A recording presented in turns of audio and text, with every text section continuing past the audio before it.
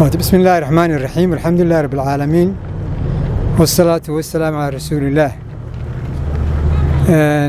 حالي فيدكي بان هلكن كنمي وفتي waxaana nuunimi kormeer waa kormeer kamida kormeerada aanu had iyo jeer ku soo maro xafiisyada.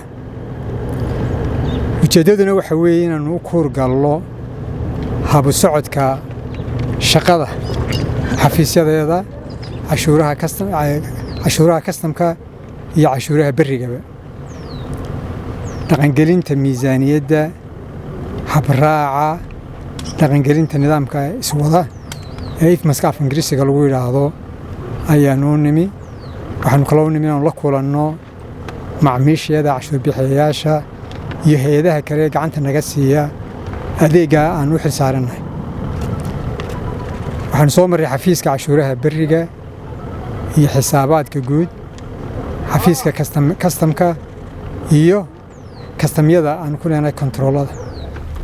waxaan la kulanay ganacsatada, waxaan la kulanay shaqaalaha. waxaan doonayaa inuu munaasabadan ka faa'iideysanaya in halkan uga mahad celiyo shaqaalaha wasaaradda iyo inta nala shaqeysaba. si gaar ah waxaan doonayaa halkan uga mahad celiyo ciidamada amniga ee booliiska oo runtii shaqo aad u qiimo badan naga haya. waxaan kaloo jecelahay in halkan uga mahad celiyo cashuur bixiyayaasha. annagu haddaan nahay bahda wasaaradda maaliyadda, xilkaygu waxa weeye inaanu u fududeyno muwaadinka cashuurta ku waajibtay sidii u gudan lahaa waajibkiisa. cashuur bixiyuuna sidaas oo kale uu noola shaqeeyo oo si hufan oo wanaagsan waajibkiisa uga soo baxo. mabsuud baanu ku nahay habka imika cashuuruhu socdaan.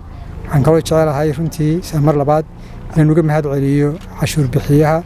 cashuurtu waa waxaynu ku dhisannahay qaran ahaan, waa waxay noo suurtagelinaya inaanu sugno amnigeena, waxay noo suurtagelinaya inaanu fidinno adeegyada bulsho ee caafimaadka iyo waxbarashada iyo biyaha iyo wixii kale la xiriira. waajibkan saaran waxa weeye wixii aan dadka ka qaadno inaanu u xafidno sidii loogu talagalayna inaanu isticmaalo. aad baa u mahadsantiin. wassalaamu calaykum waraxmatullaahi wabarakaatu.